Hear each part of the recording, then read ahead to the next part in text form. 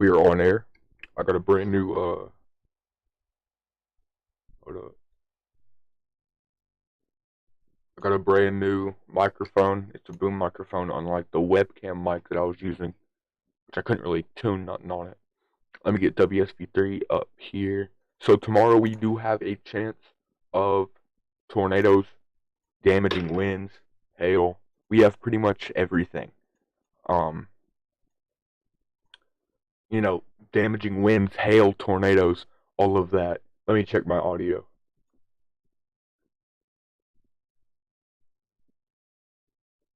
Alright, so it's doing well. So tomorrow, we will be live for this potentially enhanced risk. Uh, it is a 5% tornado risk right now. As WSV3 does load, I want to tell y'all something. They did actually say in the SPC Outlook text that they are looking for a potential upgrade to the tornado risk. And it is currently 5%, so it could upgrade to a 10% risk, which would that's one of the more significant ones. That's when we usually prepare for, hey, might be a big time tornado outbreak. Anything pretty much above there.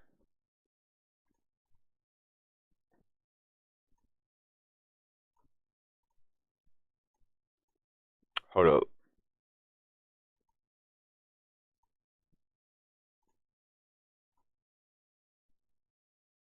Um, one moment here.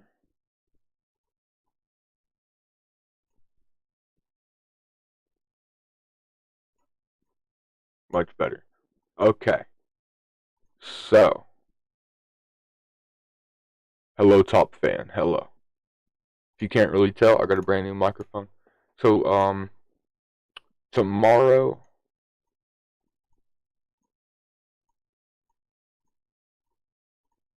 this is what it's looking like. So, anywhere from Houston, Lake Charles, Shreveport, let's see, Texarkana, Waco, Texas, Arkadelphia, Arkansas, Sulphur Springs, Texas, Alexandria, Shreveport, Louisiana. All these places on this map right here will potentially be getting, you know, some tornadoes or mostly just damaging winds.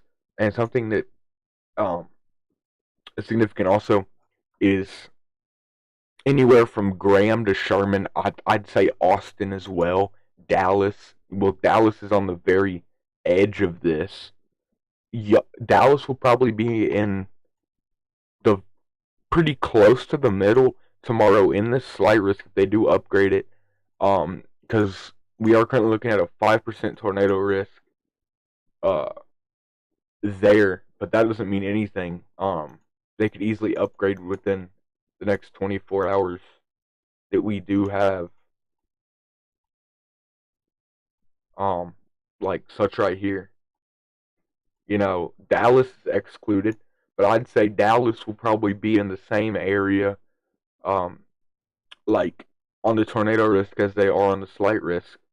Yeah, like Mr. Top Fan said, we could see also a hatch risk with the possibility of a 10% tornado risk, as they did say that any supercells able to adapt to the environment could so maybe produce one or two EF2 or higher tornadoes.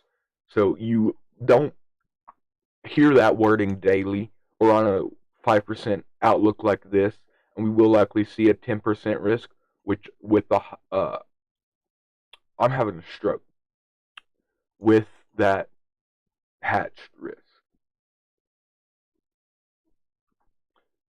Now, they did, yeah, I did get a new mic, Oren. Um,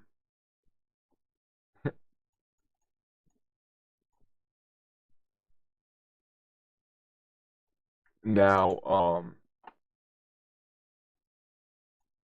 something just to state here is like, this could easily change. The instability that they were saying is, like bad. They're saying that it will get more unstable in the environment. That's basically more cape. Um, this is the cape right now. I mean, it's already kind of coming up here as 200, and then where I used to live down here, it's pretty good. But I mean, this is the part that we got to worry about. All this instability, like it'll fill up tomorrow. That's all the instability in the air. And then today we don't have that important. On your new account, I don't think so. And here's today. It's just scattered, but this is what we're looking at possibly for that risk tomorrow. Let me just so like possibly a 10% risk just right down there. They usually place it in the middle, but it could be anywhere even out to here, which it likely won't be. It'll be more this this direction. All right, top fan. But yeah, we will be live tomorrow.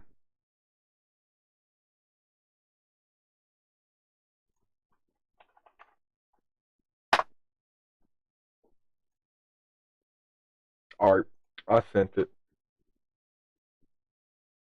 But yeah, something just keep in mind is just tune into the stream if you know your loved ones or whatever that do live down here. I mean, I know this is a pretty populated place, along with like Waco, Dallas, all these areas. I've called out Waco a lot on this channel. Texas is a lot of severe weather. So do people up here. So this is one of those events.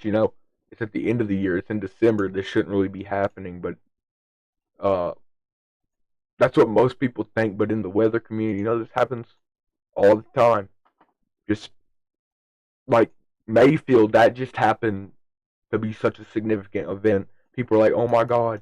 Like, yeah, that's rare, but severe weather events on this scale that we're looking at for tomorrow happen all the time in December and in not really in January, but soon. In May, peak tornado season, April and May, and that's what we're going to see down here. Is we're going to see a lot of tornadoes. But tomorrow we're looking at potentially, just a tornado outbreak warnings all along this box. In the earlier stages of the outbreak, and eventually they will move more into this zone. This slight risk won't stay forever.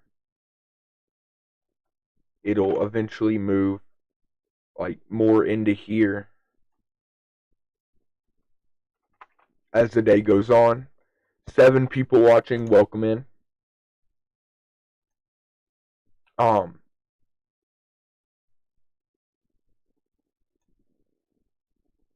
But yeah, tomorrow will be a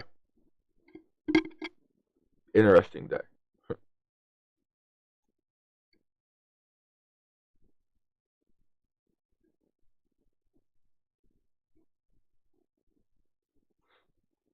But yeah, we just look at tornado risk. I'm sure I can pull up models. Okay. As we're looking at the HRRR.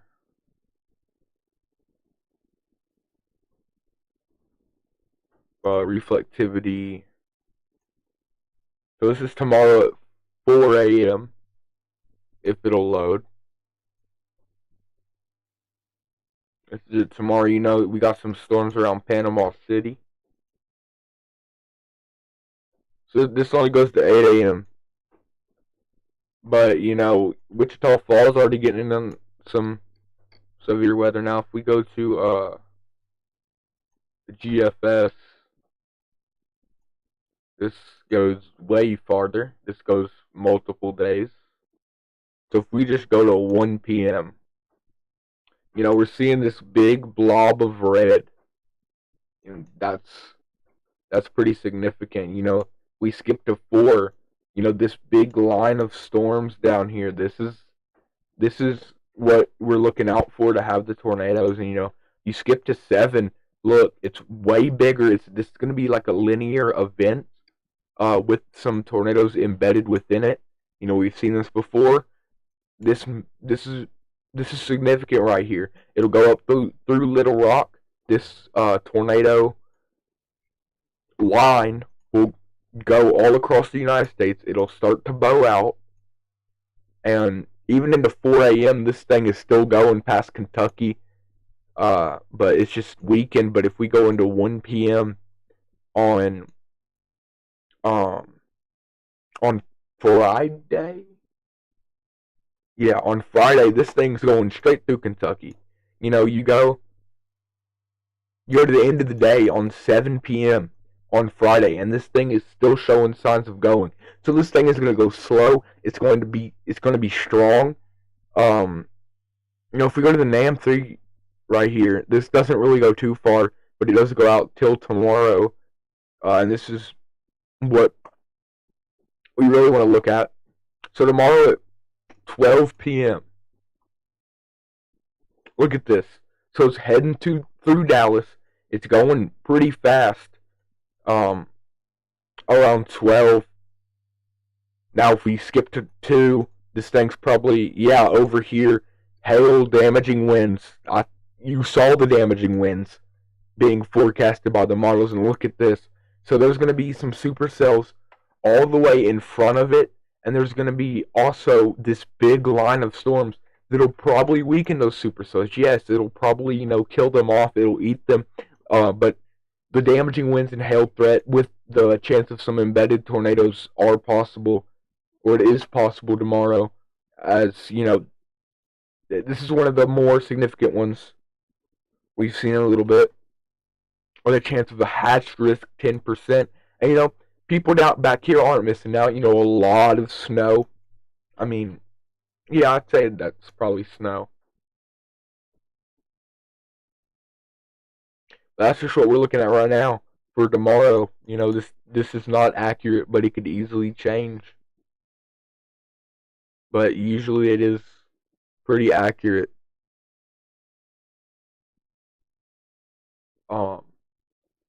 If we just look at the surface cape, it's already coming up here. It's already starting to build up that cape. The surface not the surface visibility. Another cape, it's still going strong. If we go to the humidity, this is okay. Echo top height.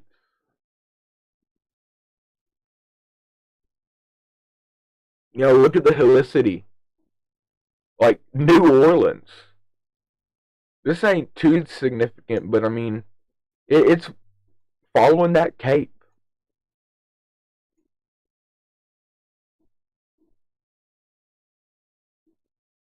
This thing is something to look out for tomorrow.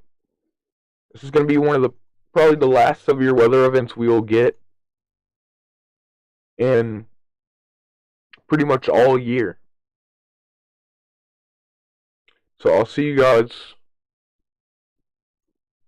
tomorrow, whatever time I choose, for the official weather coverage.